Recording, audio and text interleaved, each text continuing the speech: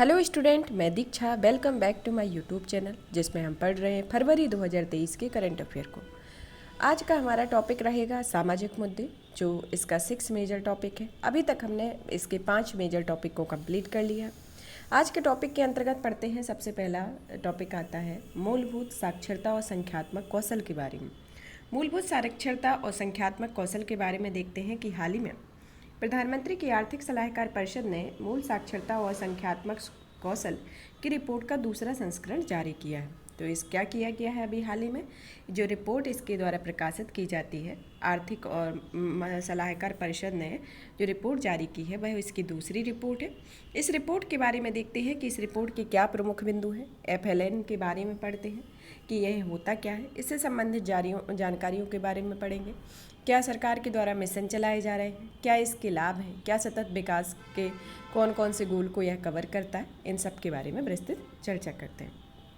इस रिपोर्ट के प्रमुख बिंदुओं के बारे में देखते हैं कि यह रिपोर्ट इंस्टीट्यूट फॉर कॉम्पिटिटिव ने तैयार की है। किसके द्वारा तैयार की गई है? इंस्टीट्यूट फॉर कॉम्पिटिटिव के द्वारा तैयार की गई है। यह IMFC हार्वर्ड बिजनेस स्कूल में institute for strategy and competitiveness की एक भारतीय शाखा है। इस रिपोर्ट में 10 वर्ष से कम आयु के बच्चों में FLN की समग्र स्थिति एक सूचकांक को प्रस्तुत किया जाता है। इस रिपोर्ट में 5 प्रमुख क्षेत्रों में 36 संकेतक के आधार पर भारतीय राज्यों की तुलना की गई है और इन क्षेत्रों को प्रमुख सतत विकास लक्ष्यों के साथ संबद्ध किया गया है। तो इसको कौन कौन से सतत विकास लक्ष्यों के साथ संबद्ध किया गया? इसके अंतर्गत आता है, जैसे सतत विकास का लक्ष्य दूसरा है भूखमरी की समाप्ति, जो इसका बुनियादी स्तंभ को पूरा करता है। फिर आता है गुणवत्ता शिक्षा, जो सतत विकास के लक्ष्य 4 के अंतर्गत है कि शिक्षा तक पहुंच होना, शैक्षिक बुनियादी ढांचा होना।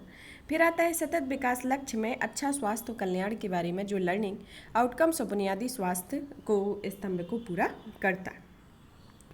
अब आता है FLN से संबंधित जानकारी के बारे में पढ़ते हैं कि FLN होता क्या है, इसके क्या प्रावधान है, उसे किस नीति के तहत लागू किया गया। FLN से तात्पर्य पढ़ने लिखने या गणित में बुनियादी कौशल से होता है। किससे होता है? पढ़ने लिखने और बुनियादी कौशल से होता है। यह कक्षा 3 से अंत तक के मूल पाठ को पढ़ने और समझने तथा साधारण गणितीय गणना करने पर क्षमता होती है। यह भविष्य में की जाने वाली ऐसी सभी अधिगमों का आधार होता है जिन पर कौशल निर्मित होते हैं। यह भविष्य में निर्मित की जाने वाली अधिगमों का आधार होता है जिन पर कौशल निर्मित होते हैं। इस पे कौशल निर्मित होते हैं। जैसे ये निपुण भारत अभियान जो इसमें चलाया गया है, इसके अंतर्गत कि निपुण भारत अभियान में कि इस मिशन का लक्ष्य क्या है? 2026-27 तक कक्षा 3 के सभी विद्यार्थियों के लिए बुनियादी चीज़ों को पढ़ने लिखने या संख्यात्मक ज्ञान में निपुण बनाना, जहां तक कक्षा 3 का कोई छात्र आसानी से समझ कर पढ़ सके, लिख सके, बुनियादी गणित हल कर सके और बुनियादी जीवन कौशल सीख सके।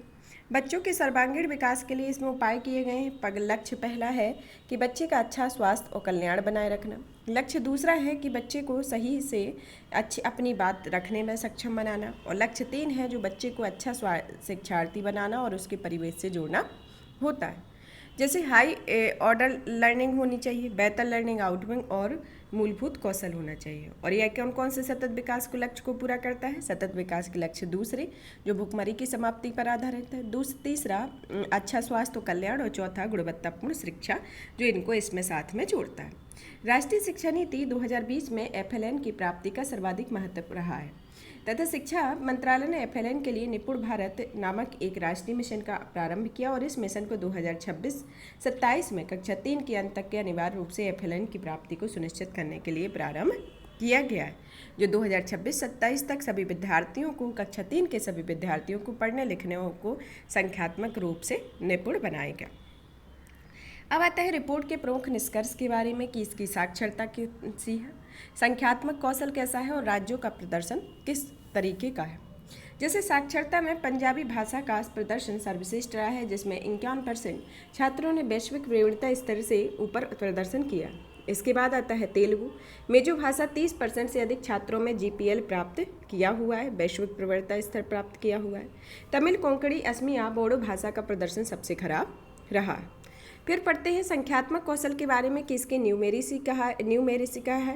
यह पूरे भारत में सर्वेक्षण किए जाने गए छात्रों में से 42% से गणित में वैश्विक न्यूनतम प्रवणता स्तर पर प्राप्त किया है तथा 37% आंशिक रूप से वैश्विक न्यूनतम प्रवृत्ता स्तर तक प्राप्त करता है। और यदि प्रतिशतता की बात करें तो यह निम्न प्रदर्शन करने वाली लड़कियों का प्रतिशत लड़कों की तुलना में अधिक होता है। यह इस प्रदर्शन का एक संख्यात्मक कौशल है। फिर पढ़ते हैं राज्यों का प्रदर्शन किस स्टेट का कितना रहा है। जैसे उच्च प्रदर्शन करने वाले राज्यों में पंजाब सभी मुख्य संकेतकों में शीर्ष पर रहा है। और फिर आता है राजस्थान, फिर सिक्किम ने भी कुछ मानदंडों को अच्छा प्रदर्शन किया है। मेघालय, तेलंगाना, उत्तर प्रदेश जैसे राज्यों ने अलग अलग मानदंडों को खराब प्रदर्शन किया है। तो अच्छा प्रदर्शन करने वाले कौन कौन से राज्य हुए? पंजाब हुआ, राजस्थान और सिक्किम रहे, और मेघालय, तेलंगाना और उत्तर प्रदेश खराब प्रदर्शन करने वाले राज्यों के अंतर्गत रखा गया। अब आता है FLN प्राप्त करने की चुनौतियाँ क्या हैं। इसकी चुनौतियों के रूप में इसका एक ऐतिहासिक उपेक्षा देखते हैं कि भारत में मूलभूत साक्षरता दशकों से ही आजिये पर रही है। निपुण भारत मिशन के आरंभ होने के बाद से ही इस पर आवश्यक ध्यान दिया जाना शुरू हुआ है। FLN की समझ के बारे में समझते हैं कि FLN क्या शामिल है, और यह है किस शिक्षा या ग्रेड को कवर कर सकते हैं। राष्ट्रीय शिक्षा नीति तथा निपुण भारत मिशन के बीच समन्वय की कमी को पूरी करता है। शिक्षा की भाषा के संदर्भ में यह भाषा के अलग अलग निजी स्कूलों में प्री स्कूल स्तर से ही अंग्रेजी भाषा को प्राथमिकता दी जाती है। शिक्षकों की उपलब्धता के संदर्भ में यह बुनियादी शिक्षा पर निर्भर करती है कि शिक्षण की विधियाँ कैसी हैं और छात्रों को किस तरीके से पढ़ाया जाना चाहिए। हालांकि यूनेस्को द्वारा प्रकाशित भारत के लिए शिक्षा की रिपोर्ट 2021 के अनुसार भारत में शिक्षकों के 19% पद रिक्त हैं और ग्रामीण क्षेत्रों में 69 पद रिक्त है। अब आता है डिजिटल डिवाइड के संदर्भ में वर्ष 2020 और 2022 के बीच से केवल 41.3% स्कूलों में ही कंप्यूटर उपलब्ध है तथा 24.35% स्कूलों में ही इंटरनेट कनेक्शन थे। मतलब जो 2020 से 22 तक के डेटा को देखते हैं कि जो 41.30% स्कूल हैं और वहाँ पर कंप्यूटर उपलब्ध हैं, वो केवल 24.5% स्कूलों में इंटरनेट कनेक्शन थे। महामारी के कारण शिक्षा की हानि के संदर्भ में स्कूलों में बंद होने के कारण बच्चों को FLN प्राप्त करने के अवसर प्राप्त नहीं हुए, भले ही उन्हें उच्चतर कक्षाओं में पदोन्नत कर दिया गया था। कुपोषण के संदर्भ में कुपोषण प्रारंभिक बाल्यावस्था के दौरान बच्चों में कुपोषण उनके आजीवन विकास संबंधी देरी व आसक्तता का कारण बन सकते हैं। इनमें बच्चे के विकास और सीखने की क्षमता प्रभावित होती है, साथ ही यह वयस्कों की उत्पादकता और उनकी आय अर्जन की क्षमताओं को भी प्रभावित करती है। खराब अवसंरचना के बारे में बुनियादी सुविधाओं की जैसे कि पेयजल, शौचालय इत्यादि की उपलब्धता अधिगम प्रक्रियाओं को उल्लेखनीय रूप से बढ़ावा देती है। फिर भी यह मात्र 19 राज्यों में शैक्षणिक अवसंरचना स्तंभ में राष्ट्रीय कौशल में 67.12% से उच्च स्कोर प्राप्त किया हुआ। अब देखते हैं इसमें जो FLN का इम्पोर्टेंस के बारे में और FLN की भारत में वर्तमान में स्थिति क्या है। भारत में FLN का स्तर कम है। ऐसे बच्चे जिनका कक्षा 2 से स्तर के एक साधारण वाक्य को भी नहीं पढ़ सकते हैं। ऐसे बच्चे जो कक्षा 3 के स्तर के एक मूल घटाव वाले सवाल को हल नहीं कर सकते हैं।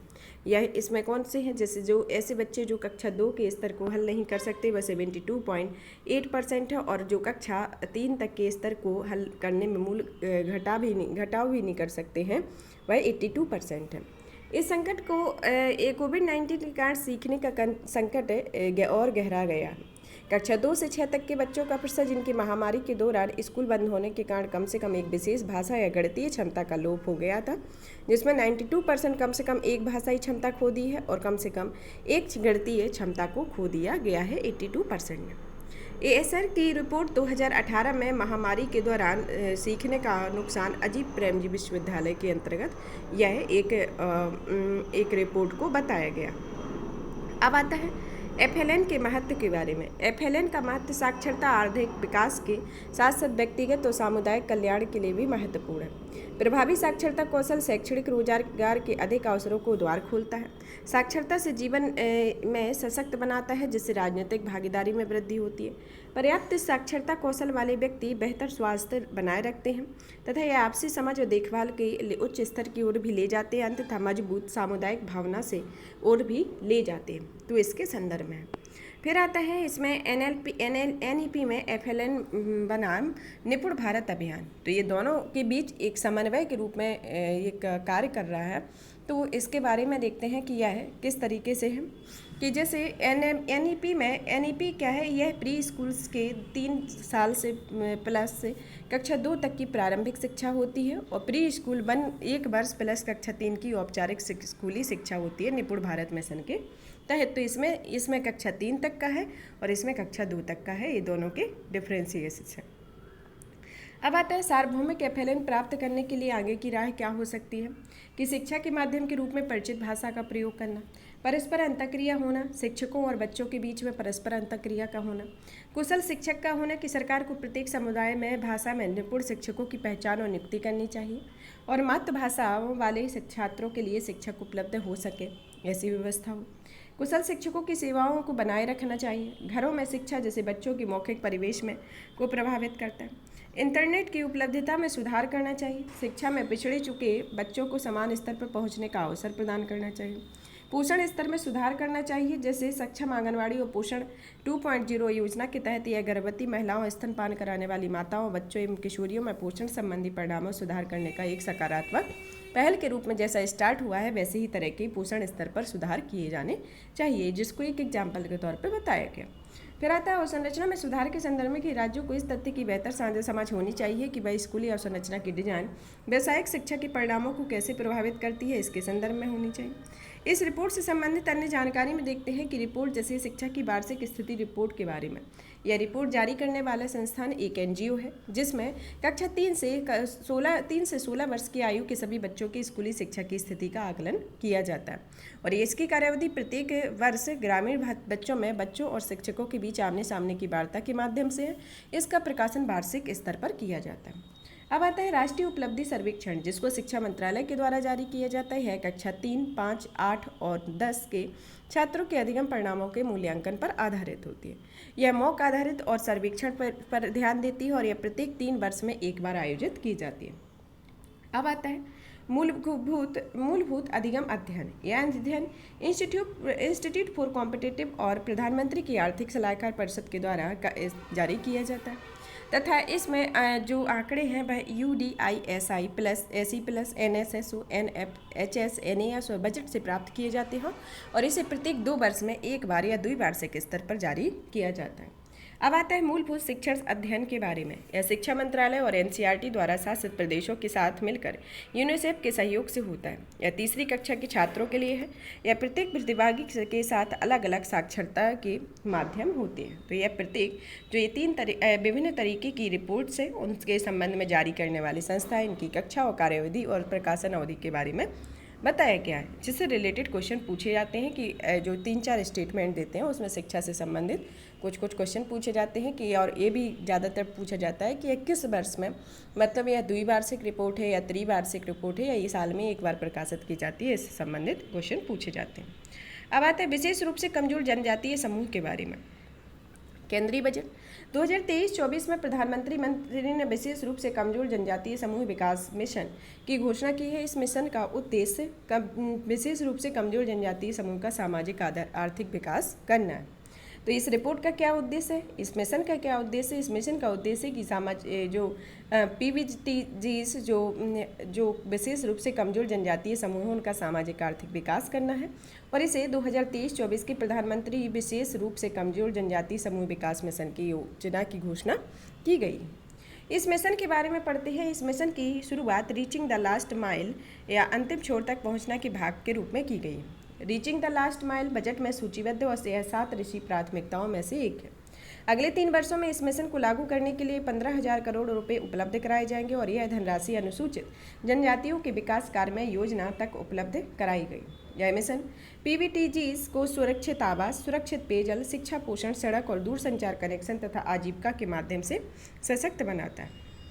विशेष रूप से कमजोर जनजातीय समूह और PMPDM की आवश्यकता के बारे में देखते हैं। यह सबसे पहले तो ये देखते हैं कि विशेष रूप से कमजोर क्षेत्रों के अंतर्गत समूह के अंतर्गत कौन सी जनजाति आती है, यह कौन से समूह है, इनका कब इनका गठन किया गया, किस आयोग के द्वारा इनको यह नाम दिया गया, इन सब के बारे में पढ़ते हैं। जैसे विशेष रूप से कमजोर विशेष जनजातीय समूह के बारे में, यह जनजातीय समूह की एक श्रेणी है। इसे आदिम जनजाति समूह के रूप में भी जाना जाता है। 1973 के गठित ढेबर आयोग की सिफारिश पर इसे एक अलग श्रेणी के रूप में सूचीबद्ध किया गया था।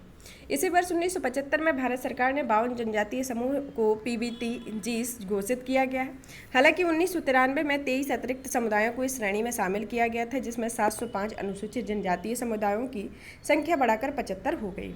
इसमें 17 राज्यों के केंद्रशासित प्रदेशों में अंडमान निकोबार द्वीप समूह के निवास स्थान है तथा यह सर्वाधिक संख्या उड़ीसा में पाई गई और आंध्र प्रदेश में इसके बाद आंध्र प्रदेश का स्थान आता है। तो सर्वाधिक जनसंख्या कहाँ पर पाई जाती है? उड़ीसा में, फिर आंध्र प्रदेश में। फिर आता है इसकी पहचान एवं मापदंड के आधार पर कि भारत सरकार ने पीबीटीजीज की पहचान हेतु कुछ मापदंडों को पालन करना चाहिए, तभी वह इस समूह में तभी इनकी पहचान की जा सकती है कि इनकी कृषि पूर्व युग का प्रौद्योगिकी स्तर, साक्षरता का निम्न स्तर, आर्थिक पिछड़ापन और घटती हुई स्थिर आबादी इसके अंतर्गत होता है। फिर आता है राज्य के अनुशासित प्रदेशों में कुछ जनजातीय समूह में पीबीटीजीज घोषित करने के लिए केंद्रीय जनजातीय कल्याण मंत्रालय को प्रस्ताव भेजने होते हैं तथा यदि कोई जनजातीय समूह उपयुक्त मानदंडों को पूरा करता है उसे मंत्रालय द्वारा पीबीटीजी घोषित किया जाता है। अब पढ़ते हैं इसकी आखिर आवश्यकता। पीबीटीजीज के लिए पीएमपीडीएम की आवश्यकता क्यों पड़ी? प्रधानमंत्री पीबीटीजी मतलब particularly vulnerable tribal group development mission की आखिर आवश्यकता ही क्यों पड़ी? इसके अंतर्गत देखते हैं सामाजिक कारण कि यह सामाजिक स्तर पर देखते हैं कि पीबीटीजी अलग अलग सामाजिक समस्याओं जैसे निरक्षरता, विस्थापन आदि से ग्रस्त है। इसके अंतर्गत साक्षरता दर अत्यंत निम्न है और साक्षरता दर इनकी 10 से 44% के बीच है, जिसमें साक्षरता दर बहुत कम है, तो इसके संदर्भ में हो। फिर आता है बाल विवाह और कानूनी आयु पूरी करने में विवाह का होना सामान्य है। खादों और खनिज अन्वेषण जैसे विकास परियोजनाओं के कारण उन्हें पैतृक भूमि से विस्थापित होना पड़ रहा है। इसके सामाजिक एस्पेक्ट है कि इसकी ज़रूरत इस कारण रही। फिर आता है जनसंख्यिकीय पक्ष के रूप में देखते हैं कि पीबीटीजीज की आबादी धीमी दर की वृद्धि देखी जा रही। हालांकि कुछ समूह अभी भी स्थिर जनसंख्या वृद्धि का सामना कर रहे हैं, जैसे मध्य भारत के बिरहोर, यह ओंग और अंडमानी जैसे कुछ पीबीटीजीज विलुप्त होने की कगार पर पहुंच गए हैं और यह रोगों के तिहरे बोझ का भी सामना कर रहे हैं। कुपोषण की उच्च दर, टीबी, कुष्ठ रोग जैसे संचारी रोग तथा कैंसर और मधुमेह जैसे बढ़ते गैर संचारी रोग इसमें शामिल हैं। आर्थिकी के संदर्भ में देखते हैं कि इनकी आजीविका के मुख्य स्रोत जैसे खाद्य संग्रह, गैर काष्ठ उत्पाद एकत्रण, शिकार, पशुपालन, स्थानांतरणीय कृषि और शिल्प संबंधी कार्य शामिल होते हैं। इनमें वनों के निम्नीकरण और वन आधारित तो अधिकारियों द्वारा आरोपित कई प्रतिबंधों के कारण इनकी आजीविका खतरे पर पड़ गई है। सांस्कृतिक स्तर पर इसमें वैश्वीकरण आदि के कारण पीबीटीजीज की विशिष्ट सांस्कृतिक पहचान समय के साथ क्षीण हो गई है। राजनीतिक प्रशासनिक क्षेत्र के अंतर्गत के राजनीतिक क्षेत्र में प्रशासन में इनका प्रतिनिधित्व बहुत कम हुआ है। पर्यावरणीय पारिस्थितिकी के संदर्भ में देखते हैं कि यह जलवायु परिवर्तन और संबंधित समस्याओं से सर्वाधिक पीड़ित समूह है तथा इसके अन्य फैक्टर में देखते हैं कि यह वन अधिकार अधिनियम 2006 के लिए इनके लिए केवल 4 हेक्टेयर भूमि आवंटित करने का प्रावधान किया गया है और यह स्वामित्व केवल उसी भूमि का होता है जिन पर वास्तव में संबंधित परिवार द्वारा खेती की जा रही होती है। इन्हें कोई नई भूमि प्रदान नहीं की जाती है। इसके अतिरिक्त पीबीटीजीज वाले क्षेत्रों में पंचायत उपबंध अधिनियम 1996 प्रभावी रूप से लागू नहीं होता। अब इसमें देखते हैं कि जो सप्तऋषि बजट 2023-24 में 7 प्राथमिकताएं हैं, उनके 7 प्राथमिकताओं के बारे में जिसे अमृतकाल का बजट भी कहा गया, जिसमें 7 प्राथमिकताएं हैं। पहली आती है समावेशी विकास, दूसरी आती है अंतिम छोर तक पहुंच, यह अंतिम छोर तक पहुंच पर आधारित है। फिर आती है अवसंरचना एवं निवेश, क्षमता का विकास, हरित विकास, युवा शक्ति और वित्तीय क्षेत्र इसके सप्तऋषि कार्यक्रम है, जिसके अंतर्गत यह इसका दूसरा है अंतिम छोर तक पहुँच के अंतर्गत यह परियोजना प्रस्तावित की गई है। अब पीबीटीजीज के अंतर्गत अन्य पहले है कि देश जो जनजातीय आबादी सम्मेलन 1957 में इसे आईएलओ द्वारा संगठित किया गया था। पंचवर्षीय योजनाओं के तहत कार्यक्रमों में पहले शुरू की गई जैसे सामुदायिक विकास कार्यक्रम, बहुउद्देशीय जनजातीय ब्लॉक, जनजातीय विकास ब्लॉक तथा जनजातीय उपयोजना आदि होती। विदेशी प्रतिबंधित क्षेत्र आदेश 1963 के तहत प्रतिबंधित क्षेत्र परिवहन प्रणाली लागू की गई है। आदिम कमजोर जनजातीय समूहों की विकास योजना 2008 में लागू की गई। यह योजना निर्माण संबंधी पहलों में राज्य सरकारों को लचीलापन प्रदान करती है। इसमें शामिल की गई गतिविधियों में आवासन, भूमि वितरण, विकास, कृषि, सड़कें, ऊर्जा मुख्य गतिविधियां हैं। इसमें केंद्र या राज्य सरकारों की किसी अन्य योजना द्वारा पहले से वित्त पोषित नहीं की गई और गतिविधियों के लिए अतिरिक्त धनराशि उपलब्ध कराई जाती है। इसमें राज्यों द्वारा पीबीटीजी हेतु 5 वर्षों के लिए एक दीर्घकालिक संरक्षण सह विकास योजना प्रारंभ करने का प्रस्ताव किया गया है और यह पूरी तरह से केंद्र सरकार द्वारा वित्त पोषित है। इसके संदर्भ में अब इसके आगे की राय में देखते हैं कि इसमें निष्पक्ष क्रियान्वयन होना चाहिए, जिसका उद्देश्य प्रभावी रूप से क्रियान्वित किया जाना चाहिए और इस मिशन के क्रियान्वयन के पहले परामर्श करने की आवश्यकता होती है। व्यापक सर्वेक्षण के संदर्भ में यह जनगणना नियमित तौर पर नहीं होती। इसमें राज्य सरकारों के लिए सटीक जनसांख्यिकी और सामाजिक आर्थिक सर्वेक्षण के आंकड़े एकत्र तत्काल रूप से व्यापक सर्वेक्षण करने चाहिए। पीवीटीजी की सूची को अपडेट करते रहना चाहिए जो अधिक राज्यों में फैले हुए हैं। जैसे बिरहोर को 4 राज्यों में पीवीटीजी के रूप में मान्यता दी गई है और इसके अतिरिक्त 10 अन्य समूह जैसे सहरिया, कोरगा, कोरबा, जैनुकुरबा, कट्टुनायम, कातकरी, कथोड़ी, खरिया, कोलम और लोड़ा को 2 राज्यों में पीवीटीजी का दर्जा दिया गया। अधिकारों की मान्यता के संदर्भ में इसमें सरकार द्वारा इनकी भूमि और परंपरागत अनुष्ठानों से संबंधित अधिकारों की मान्यता दिए जाने की आवश्यकता और इनसे सरकार पर विश्वास और समाज की मुख्य धारा में जुड़ने में मदद मिलेगी। जो राज्य सरकारों को पेशा अधिनियम का उपयोग करके राजस्व भूमि में पीवीटीजी के अधिवास संबंधी अधिकारों की मान्यता देनी चाहिए, इसके संदर्भ में कुछ प्रावधान किए जाने चाहिए। अब आते हैं हाथ से मेला उठाना के संदर्भ में। हाथ से मेला उठाने के संदर्भ में केरल अपने अधिकृत मैन होल को साफ करने के लिए एक रोबोटिक तकनीक का उपयोग करने वाला देश का पहला राज्य बन गया है। यह कौन सी बैंडिकूट रोबोट है? यह रोबोटिक की टेक्निक है। इससे संबंधित तथ्य में देखते हैं कि सीवेज सफाई करने वाले रोबोट सफाई कर्मचारी बैंडिकूट एक व्यक्ति की तरह ही कार्य करता है। यह मैनहोल में प्रवेश करता है और रोबोटिक हाथों का उपयोग करके सीवेज को हटाता है, उसे निर्दिष्ट स्थान पर छोड़ देता है। इसके अलावा इसमें वाटर प्रूफ HD विजन कैमरे और सेंसर लगे होते हैं जो मैनहोल के भीतर हानिकारक गैसों का पता लगा सकते हैं। हाथ से मेला उठाने के बारे में पढ़ते हैं कि यह हाथ से मेला उठाना एक अमानवीय कुप्रथा है। इसमें सूक्ष्म शौचालयों, सीवरों, सेप्टिक टैंकों, रेलवे लाइनों आदि से मानव मल के हाथ से सफाई और प्रबंधन किया जाता है और इसके लिए झाड़ू जैसे सामान्य साधनों का उपयोग किया जाता है। भारत में यह जाति आधारित बलात् पेशा है तथा वर्तमान में देश भर में अभी निर्धारित मेला उठाने वाले लोगों की संख्या 58,098 है तथा हाथ से मेला उठाने की कुप्रथा अलग अलग सतत विकास लक्ष्यों को प्राप्त करने का एक महत्वपूर्ण घटक है। यह न केवल अलग अलग अंतर्राष्ट्रीय अभिशमयों से बल्कि भारत में विधायी और संवैधानिक अधिदेश के भी खिलाफ है। मैनुअल सीक्वेंसिंग की कुप्रथा में बनने के मूलभूत कारण हैं जैसे औपचारिक अर्थव्यवस्था का होना है या उनकी पहचान और उनसे संबंधित अधिकार प्रदान करने में कठिन बताता है। फिर कठोर कानून का ना होना कि यह नियोजन प्रतिषेध और पुनर्वास अधिनियम 2013 के तहत सुरक्षात्मक उपकरणों की सहायता में मानव मल की सफाई में मेला उठाना नहीं माना जाता है।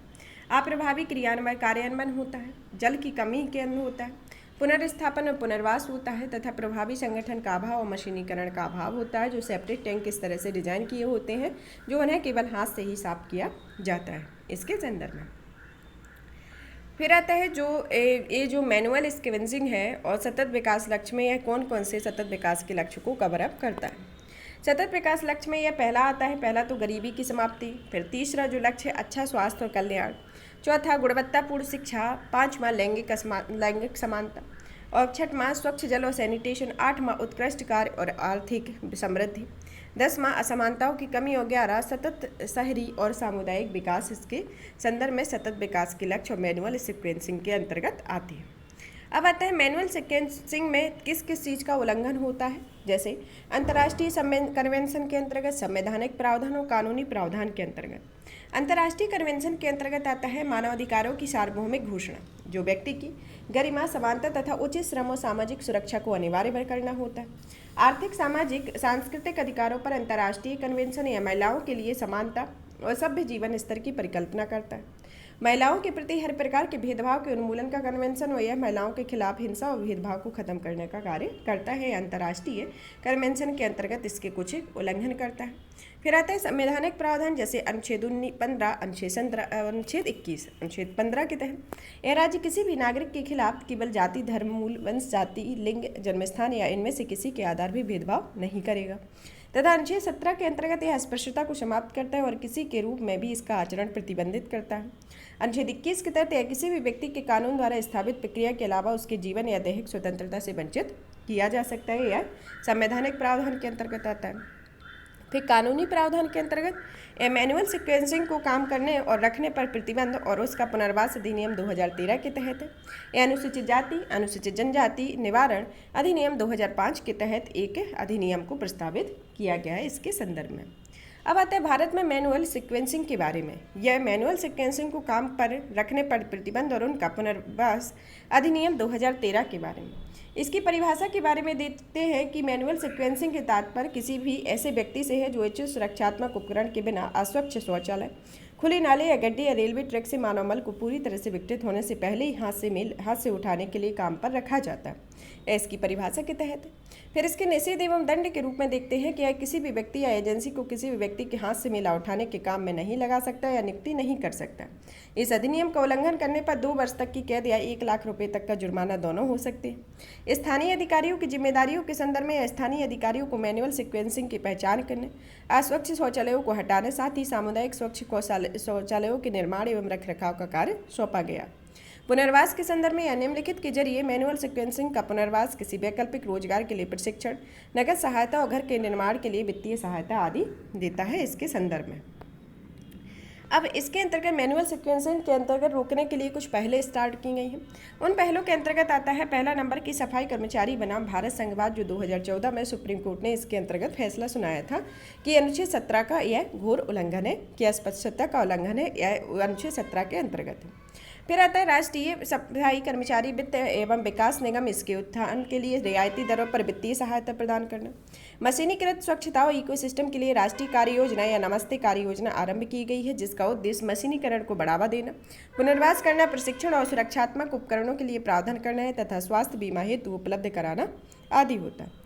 फिर आता है स्वच्छ भारत मिशन, जिसमें सभी मलयुक्त गाद और सीवेज का सुरक्षित संग्रह, परिवहन, उपचार का निपटारा करना और सभी के लिए सुरक्षित स्थायी स्वच्छता प्राप्त करना होता है। स्वच्छता अभियान ऐप इसमें अभी भी मौजूद है, जो अस्वच्छ शौचालयों तथा उनकी सफाई में लगे हाथ से मेला उठाने वाले कर्मियों के डेटा को एकत्र करता है। मैनुअल सीक्वेंसिंग को खत्म करने के लिए सरकार के फैसले के समर्थन करने के लिए अब मैन होल शब्द का उपयोग प्रतिबंध लगा दिया और इसके बजाय केवल मशीन होल शब्द का प्रयोग किया जा रहा है। और वर्ष 2000 में स्थापित जन साहस नामक एक गैर सरकारी संस्था ने राष्ट्रीय गरिमा अभियान शुरू किया था। यह भारत के गरिमापूर्ण जीवन बढ़ावा देने के लिए और मैनुअल सीक्वेंसिंग के उन्मूलन के लिए एक राष्ट्रीय अभियान है। मैनुअल सीक्वेंसिंग के अंतर्गत आने वाली समस्याएं जैसे काम करने की अपमानजनक स्थिति का होना, जहरीली गैसों के संपर्क में आने से स्वास्थ्य का खतरा, फिर होता है निरंतर भेदभाव होना, क्योंकि बच्चे मैनुअल सीक्वेंसिंग के बच्चे भी अक्सर हाशिए पर होते हैं और भेदभाव का सामना करना पड़ता है। और इसके मैनुअल सीक्वेंसिंग बनी रहने में मजबूरी, इसका कारण यह होता है कि ऐसे व्यक्ति जो जमीन, फायर फूड आदि तक की पहुँच प्राप्त करने के लिए जमींदारों और उच्च जाति के लोगों पर निर्भर होते हैं, वह उनकी एक मजबूरी का कारण बन जाता है। इसके संदर्भ में कुछ इसकी समस्याएं। अब पढ़ते हैं जेंडर बजटिंग के बारे में। जेंडर बजटिंग होता क्या है? केंद्रीय बजट 2023 के अंतर्गत जेंडर बजटिंग को महिला सशक्तिकरण के लिए शक्तिशाली वित्तीय नवाचार के रूप में वर्णित किया जाता है। ऐसे संबंधित तथ्य में देखते हैं कि सरकार द्वारा नारी शक्ति के महत्व की पहचान अमृतकाल के दौरान देश के उज्जवल भविष्य और महिलाओं के नेतृत्व वाले विकास के अग्रदूत के रूप में की गई है। यह अमृतकाल से तात्पर्य इंडिया @ 100 तक के 25 वर्षों की अवधि से होता है। सरकार का ध्यान समावेशी विकास की पर केंद्रित है और यह सप्तऋषि का पहला सिद्धांत है तथा सप्तऋषि अमृतकाल के दौरान सरकार के दृष्टिकोण को निर्देशित करता है। और इस वर्ष में जेंडर बजट कुल व्यय का 4.96% है, जो 2022-23 में 4.33% था, जिसमें इतनी परसेंट की वृद्धि की गई। पहले देखते हैं कि लैंगिक बजटिंग का विकास क्रम देखते हैं। इसका शुरुआत किस पंचवर्षीय योजना के तहत हुई और इसका किस स्तर पर विकास किया गया। पहले नंबर तो इसको देखते हैं कि भारत में लैंगिक बजटिंग का जो विकास क्रम है वह 1992-97 की 8वीं पंचवर्षीय योजना के तहत पहली बार महिलाओं के लिए सामान्य विकास तथा विकासात्मक क्षेत्र का से धन के प्रवाह को निश्चित करने की आवश्यकता पर प्रभाव डालता है।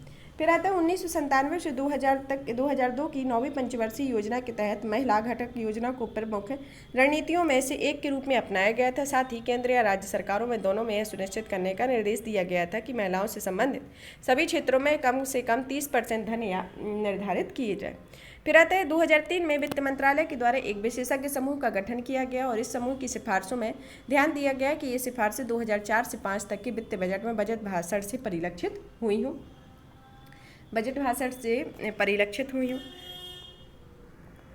फिर आता है 2005 और 6 में यह जेंडर बजटिंग की शुरुआत करता है, जो बजट को 2 भागों में विभाजित करता है। इसमें भाग 1 में उन योजनाओं को विवरण दिया गया है जिनमें महिलाओं के लिए 100% प्रावधान किए गए हैं और भाग बी में उन योजनाओं को समाहित करता है जहां महिलाओं के लिए धन आवंटन और कुल फंडिंग कम से कम 30% की गई है। तो यह 2 प्रकार की से इसमें विभाजित है। पहला कि इसमें 100% प्रावधान किए गए हैं और एक में 30% का प्रावधान किया गया। अब जेंडर बस्टिंग के बारे में, जेंडर बस्टिंग है महिलाओं की मुख्य धारा को लाने के लिए एक शक्तिशाली उपकरण के रूप में है। इसका उद्देश्य यह सुनिश्चित करना है कि विकास के लाभ पुरुष की तरह ही महिलाओं को समान रूप से पहुंचे। यदि कोई लेखांकन कार्य नहीं है बल्कि कोई नीति या कार्यक्रम निर्माण और इसके कार्यान्वयन की समीक्षा लैंगिक परिप्रेक्ष्य में रखने की एक सतत प्रक्रिया है। यह सरकारी बजटों का विश्लेषण पर बल देती है तथा इस बजट में लैंगिक भेदभाव तथा भेदभाव प्रभावों को स्पष्ट किया जाता है। जेंडर बस्टिंग के लाभ के रूप में देखते हैं कि लैंगिक असमानता का समाधान करना। जेंडर बस्टिंग का मूल आधार इस तथ्य को समझ में निहित होता है कि राष्ट्रीय बजट पुरुषों और महिलाओं को अलग अलग तरह से प्रभावित करता है। इसमें महिलाएं अब भारत की आबादी का लगभग आधा हिस्सा हैं, फिर भी स्वास्थ्य, शिक्षा और आर्थिक अवसरों जैसे कई सामाजिक संकेतकों पर पुरुषों से पीछे हैं। फिर आता है समावेशी विकास को बढ़ावा देना कि जेंडर बस्टिंग सतत विकास एजेंडा 2030 की प्राप्ति से भी योगदान कर सकती है। जेंडर बस्टिंग से संबंधित कुछ चुनौतियां हैं कि इसमें 5 प्रमुख मंत्रालय केंद्रित हैं। कौन कौन से यह मंत्रालय है? यह मंत्रालय ग्रामीण विकास मंत्रालय, महिला बाल विकास मंत्रालय, कृषि मंत्रालय, स्वास्थ्य एवं परिवार कल्याण मंत्रालय तथा इसके अंतर्गत शिक्षा मंत्रालय शामिल है। यह 2005 से 2006 और 2019 से 2020 के बीच यह भारत का जेंडर बजट 5 प्रमुख मंत्रालयों और विभागों पर केंद्रित है। यह 5 विभागों पर केंद्रित है। कोविड-19 के बाद दृष्टिकोण का जैसे महामारी के दौरान महत्वपूर्ण साबित हुए मुद्दों पर हुए व्यय पर ध्यान न देना तथा वित्तीय वर्ष 2021-22 में जेंडर बजट के कुल बजटीय व्यय का 4.41% था, जो कि वित्तीय वर्ष 2022-23 की कुल बजटीय का 4.33% है। जेंडर बस्टिंग की सीमित मात्रा का होना, जिसमें 4 से 6% के बीच रहती है। कार्यप्रणाली से संबंधित चुनौती के जेंडर बस्टिंग के तहत अलग अलग योजनाओं में भारांश का विवरण देने का एक पारदर्शी तंत्र का अभाव होना। इसके संदर्भ में जेंडर बस्टिंग से संबंधित कुछ सुझाव दिए गए हैं कि अनुमानों को निर्धारित करने और उन पर रिपोर्ट करने के लिए उपयोग की जाने वाली प्रक्रिया को बदलने की आवश्यकता है। मंत्रालयों की संख्या में विविधता लानी चाहिए। लिंग विशिष्ट डेटा सेट्स की उपलब्धता होनी चाहिए और जेंडर बजट में आवंटन में सुधार किया जाना चाहिए तथा जेंडर बजट के भाग 1 और भाग 2B में उचित बजट आवंटन होना चाहिए, जो पिछले वर्ष की तुलना में जेंडर बजट में भाग 1 में 228% बढ़ोतरी हुई और भाग B में 6% की गिरावट देखी गई। सीधा इतना डिफरेंस आया है, तो इसमें एक उचित आवंटन, बजट आवंटन होना चाहिए। फिर आता है कार्यबल में महिलाओं के बारे में।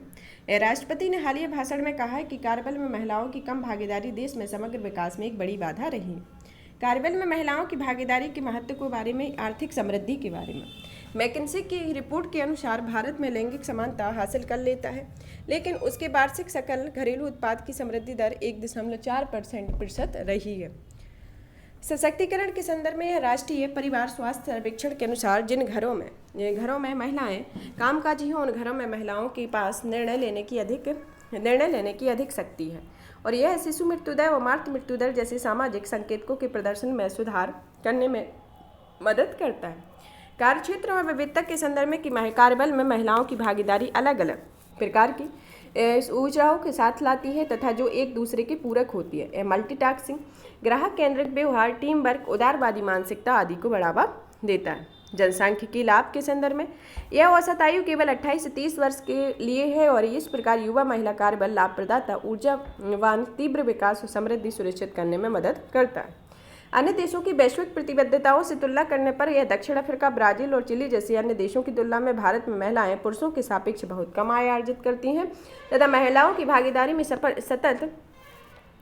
सतत विकास के लक्ष्य फर्स्ट में गरीबी के अंत, सतत विकास लक्ष्य 5 में लैंगिक समानता, सतत विकास लक्ष्य 8 में उत्कृष्ट कार्य और आर्थिक समृद्धि और सतत विकास लक्ष्य 10 में असमानता में कमी जैसे सतत विकास लक्ष्यों को प्राप्त करने में भी मदद करता है। इसके संदर्भ में अब आता है कि इसमें जो ब्लू कॉलर, पिंक कॉलर और वाइट कॉलर में नौकरियों में महिलाओं की हिस्सेदारी कितनी है और इसमें कौन सी महिलाओं को शामिल किया जाता है। व्हाइट कॉलर नौकरियों में उच्च वेतन और उच्च कौशल वाली नौकरियां शामिल होती हैं। कई तरह की व्हाइट कॉलर जॉब महिलाएं का प्रतिनिधित्व कम होता है। ब्लू कॉलर जो इस क्षेत्र में पुरुषों की प्रधानता होती है, क्योंकि ब्लू कॉलर नौकरियों में शारीरिक श्रम, उच्च सहन शक्ति और बल की आवश्यकता होती है। इसमें महिलाओं का औसत प्रतिनिधित्व बहुत कम होता है।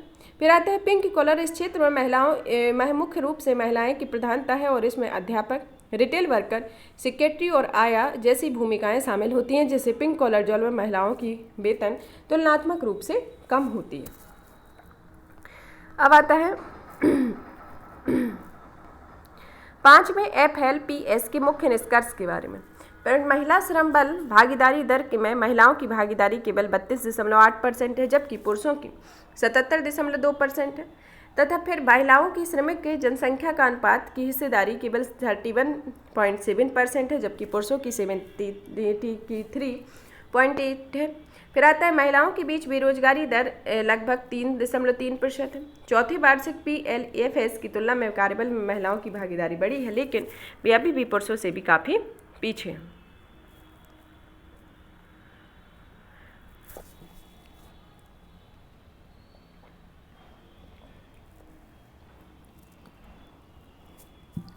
कार्यबल में महिलाओं की भागीदारी कम भागीदारी के कारण क्या क्या है? इसके सामाजिक कारण है कि पारिवारिक जिम्मेदारियों के कारण, आर्थिक कारण के अंतर्गत यह वैश्विक अंतराल तथा आर्थिक भागीदारी व अवसर में संकेतक के स्थान पर यह 143वां स्थान है, जो विश्व आर्थिक मंच द्वारा जारी किया गया है। फिर आता है शैक्षिक स्तर पर महिलाओं की तुलना में पुरुषों में अधिक व्यावसायिक प्रशिक्षण प्राप्त होते हैं, उसके संदर्भ में, जिसमें महिलाओं को उन क्षेत्रों में प्रशिक्षित किया जाता है जिन्हें पारंपरिक रूप से महिला डोमेन के रूप में देखा जाता है, जैसे हथकरघा और परिधान, बाल देखभाल, पोषण, प्री स्कूल व क्रेच आदि होते हैं। लैंगिक तकनीकी के आधार पर या लैंगिक स्तर पर एक व्यापक डिजिटल विभाजन मौजूद है। एक अध्ययन के अनुसार केवल 35% महिलाएं ही इंटरनेट के लिए सक्रिय हैं। कार्यस्थल पर उत्पीड़न के संदर्भ में और कुछ गतिविधियों पर प्रतिबंध के संदर्भ में, जैसे कारखाना अधिनियम, महिला कर्मचारियों की मशीनों की सफाई, चिकनाई या समायोजन करने के संदर्भ में। अब आता है सामाजिक सुरक्षा संहिता 2020, जो मातृत्व लाभ संशोधन अधिनियम 2017 द्वारा मातृत्व अवकाश में से 12 सप्ताह से बढ़ाकर 26 कर दिया गया। ऑक्यूपेशन सेफ्टी स्वास्थ्य कार्यदशा जो संहिता 2020 में, जिसमें महिलाओं की शिफ्ट नाइट शिफ्ट में कार्य की अनुमति दी गई है। वेतन संहिता 2019 में लैंगिक आधार पर कोई भेदभाव नहीं इसके संदर्भ में दिया गया है। इसके कुछ सुरक्षा उपाय हैं, कुछ पहले की गई हैं, जैसे उपाय में कि कार्यस्थल पर महिलाओं के उत्पीड़न के लिए निषेध और निवारण अधिनियम 2013 को पारित किया गया है, और इसके अंतर्गत कौशल प्रदान करने के लिए महिलाओं को औद्योगिक प्रशिक्षण दिए जाएंगे। राष्ट्रीय व्यावसायिक प्रशिक्षण संस्थान होगा और क्षेत्रीय व्यावसायिक प्रशिक्षण संस्थान होगा।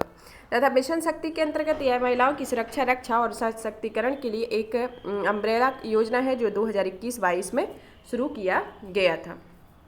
अब आता है इसके आगे की राय में देखते हैं कि इसमें संवेदनशीलता का होना, कि लोगों की महिलाओं के संबंध में मौजूद रूढ़िवादिता के विषय में संवेदनशील होने की आवश्यकता है। समावेशन और समानता के संदर्भ में भागीदारी बढ़ाना, सुरक्षा करना, जैसे पर्याप्त सुरक्षा उपाय किए जाने चाहिए, जैसे पैनिक बटन इत्यादि। नीति निर्माण का होना, कि अच्छी तरह से नीतियों के विकास के लिए श्रम बाजार की बेहतर जानकारी होना चाहिए। अब आता है मानसिक स्वास्थ्य देखभाल के बारे में। हाल ही में राष्ट्रीय मानवाधिकार आयोग ने एक रिपोर्ट जारी की है। इस रिपोर्ट में देश भर में सरकार द्वारा संचालित विविध मानसिक स्वास्थ्य कार्य संस्थानों की दयनीय स्थिति को उजागर किया है। सबसे पहले तो देखते हैं कि राष्ट्रीय मानवाधिकार आयोग के बारे में। यह आयोग गृह मंत्रालय का एक आयोग है, इनके द्वारा अंतर्गत आता है। यह एक स्वायत्त वैधानिक निकाय है, जिसकी स्थापना 1993 में मानवाधिकार अधिनियम 1993 के तहत की गई थी, जिसे 2006 में संशोधित किया गया। यह पेरिस सिद्धांतों के अनुरूप है, और इस सिद्धांतों में 1991 में पेरिस में आयोजित मानवाधिकार को बढ़ावा देने और संरक्षण के लिए राष्ट्रीय संस्थानों पर पहली अंतर्राष्ट्रीय कार्यशाला को अंगीकृत किया गया था। इसका विजन मानवाधिकारों को संरक्षण एवं उसको बढ़ावा देना है, तथा इसकी संरचना में एक अध्यक्ष होता है और 5 पूर्णकालिक सदस्य, जो 7 मानद सदस्य होते।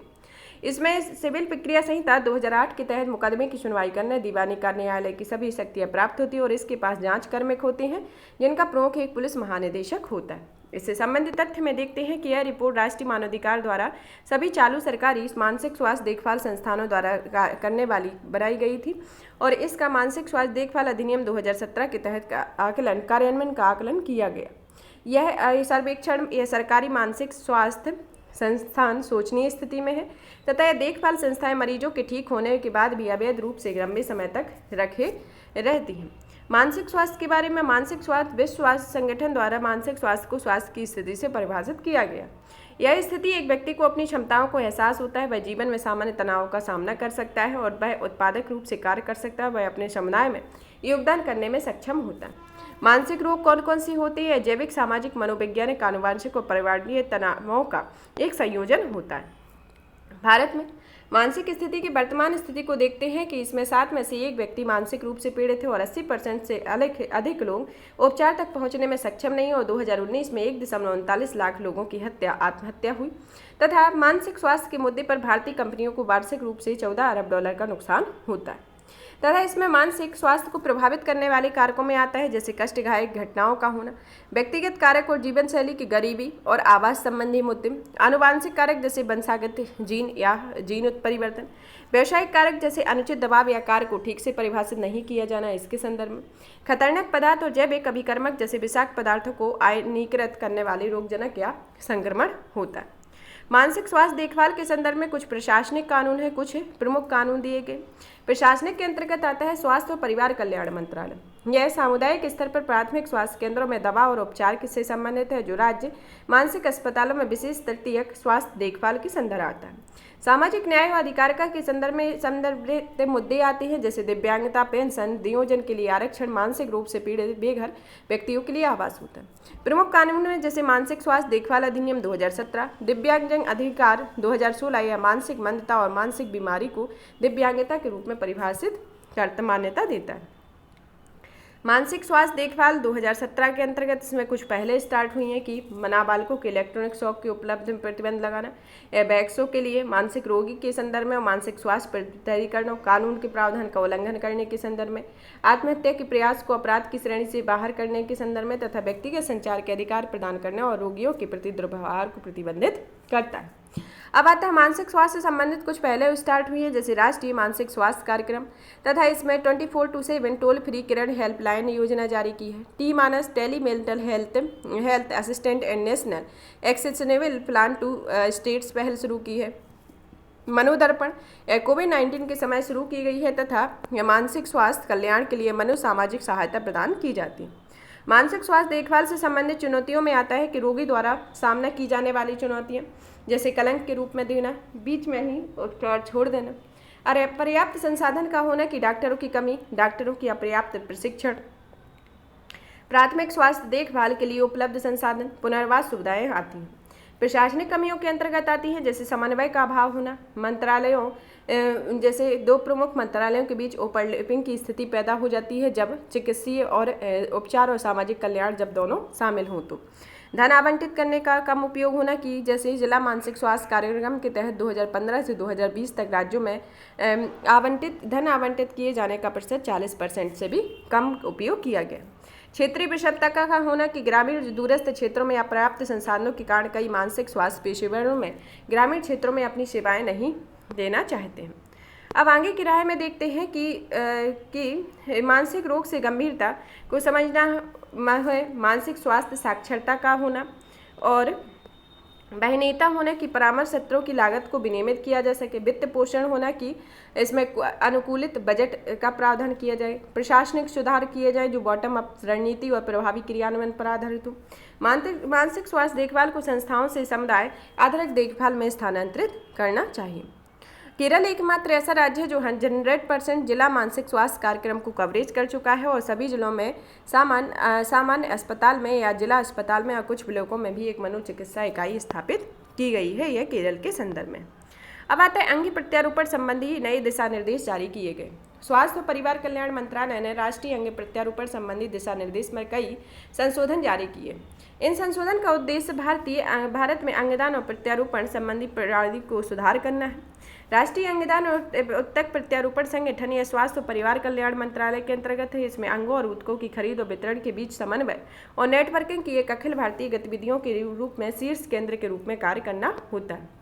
इस अधिनियम के अंतर्गत या फिर इस जो अंगदान और प्रत्यारोपण प्रणाली में कुछ सुधार किए गए हैं उसके संदर्भ में कुछ प्रावधान या दिशा निर्देश दिए गए हैं कि जैसे अधिवास प्रमाण की आवश्यकता न होना तथा अधिकतम आयु निश्चित की गई है। इसमें 65 वर्ष से अधिक आयु के लोग ही मृतक दाताओं के अंग प्रदान करने के लिए पंजीकरण करा सकते हैं।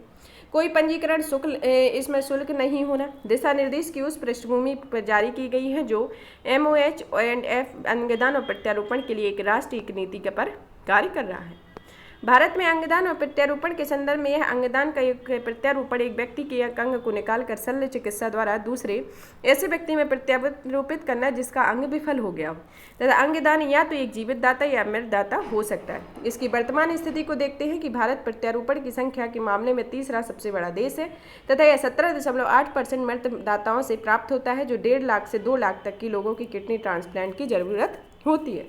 कानून एवं विनियम बनाए गए हैं, जिसमें मानव अंग प्रत्यारोपण अधिनियम 1994 और मानव अंग प्रत्यारोपण अधिनियम 2011 को पारित किया गया था और इसे संबंधित नियम में 2014 को अधिसूचित किया गया। इसमें एक राष्ट्र एक नीति की आवश्यकता क्यों रही? इसके अंतर्गत भारत में अंग प्रत्यारोपण के लिए इसमें अंग प्राप्तकर्ता और सूची को सुव्यवस्थित किया जा सकता है। अंगदान या ग्रहशीलता की दर में सुधार होगा। देश में वृद्धजनों की बढ़ती आबादी के संदर्भ में जरूरी है तथा उपलब्धता और वहनीयता में सुधार होगा इसके संदर्भ में। फिर आता है, इससे जुड़े मुद्दे आते हैं कि यह मुद्दे के अंतर्गत पहला आता है कि यह स्वास्थ्य राज्य सूची का विषय हो और भारत में स्वास्थ्य राज्य सूची का विषय हो, इसलिए सभी राज्य द्वारा नए नियम को स्वीकार करना और उन्हें लागू करना एक चुनौतीपूर्ण हो सकता है। अंगदान की निम्न दर का होना, क्षेत्रीय असमानता का होना तथा सीमित विशिष्ट अस्पताल का होना और पारिवारिक भावनाएं, अंग प्रत्यारोपण की स्वीकृति और कालाबाजारी की अंगदान के लिए एक बड़े बाजार का होना जरूरतमंद परिवारों के लिए एक विश्वास की कमी पैदा करता है और भारत में अंगदान को बाधित करता है। अब आता है सुझाव के रूप में कि अंगदान के बारे में खुला संवाद है कि यह प्रत्यारोपण के प्रति एक नकारात्मक धारणा को दूर करने हेतु जागरूकता का प्रसार करने वाले के लिए छात्रों को माध्यम बनाता है तथा अंगहीनता के बीच अंगदान के बीच अधिक जागरूकता बढ़ाती। शासन में अलग अलग स्तरों के बीच बेहतर समन्वय होता है। सभी हितधारकों को इसमें शामिल किया जाता है और अस्पताल की संख्या में वृद्धि करनी चाहिए या इसके संदर्भ में कुछ सुझाव दिए गए। राष्ट्रीय अंग प्रत्यारोपण कार्यक्रम अवधि 2021 से 2025-26 के बीच में देखते हैं कि यह प्रक्रिया में मृतक के अंग ऊतक दान को बढ़ावा देना, साथ ही इस प्रकार के दान के लिए प्रतिबद्धता प्रकट होती है। अंग और ऊतक दान पुनर्प्राप्ति और प्रत्यारोपण में आवश्यक श्रम बल को प्रशिक्षित करना, डिजिटल राष्ट्रीय अंग और ऊतक दान और प्रत्यारोपण रजिस्ट्री स्थापना और संचालन करना, विशेष रूप से सार्वजनिक क्षेत्र में अस्पतालों संस्थानों में नए ऊतक और ऊतक पुनर्प्राप्ति प्रत्यारोपण में अवसंरचना सुविधा केंद्रित को विकास से स्थापित करना तथा मौजूदा केंद्रों को मजबूत करना है और विशेष रूप से मृतदाताओं से अंग और ऊतक खर्च पुनर्प्राप्ति के लिए प्रत्यारोपण और उन्हें वितरण के लिए कुशल तंत्र की आयोजन किया जाना चाहिए। इससे संबंधित सुर्खियों में आती है पहली तो जादुई पिटारा। जादुई पिटारा यह खेल आधारित शिक्षण अध्ययन सामग्री है जो 3 से 8 साल तक के बच्चों के लिए तैयार की गई। इसे बुनियादी चरण के लिए राष्ट्रीय पाठ्यक्रम की रूपरेखा के तहत विकसित किया गया। यह बुनियादी चरण बच्चों में जिज्ञासाओं के बढ़ने और उसकी अलग अलग आवश्यकताओं को समायोजित करने के लिए डिजाइन किया गया।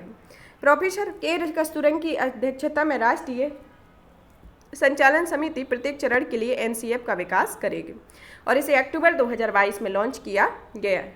अब आता है यह खेल आधारित शिक्षा है जो इसी को ध्यान में रखते हुए जादुई पिटारा अवधारणा का उपयोग बुनियादी या चरण के लिए एलटीएम लॉन्च किया गया। जादुई पिटारा की क्या विशेषताएं?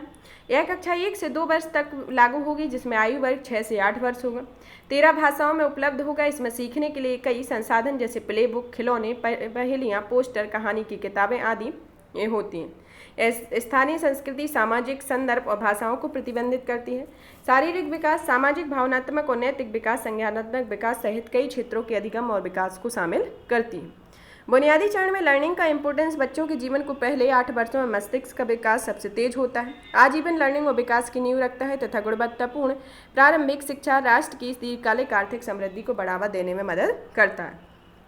अब आता है study web of active learning for young expiring mind. यह स्वयं के बारे में।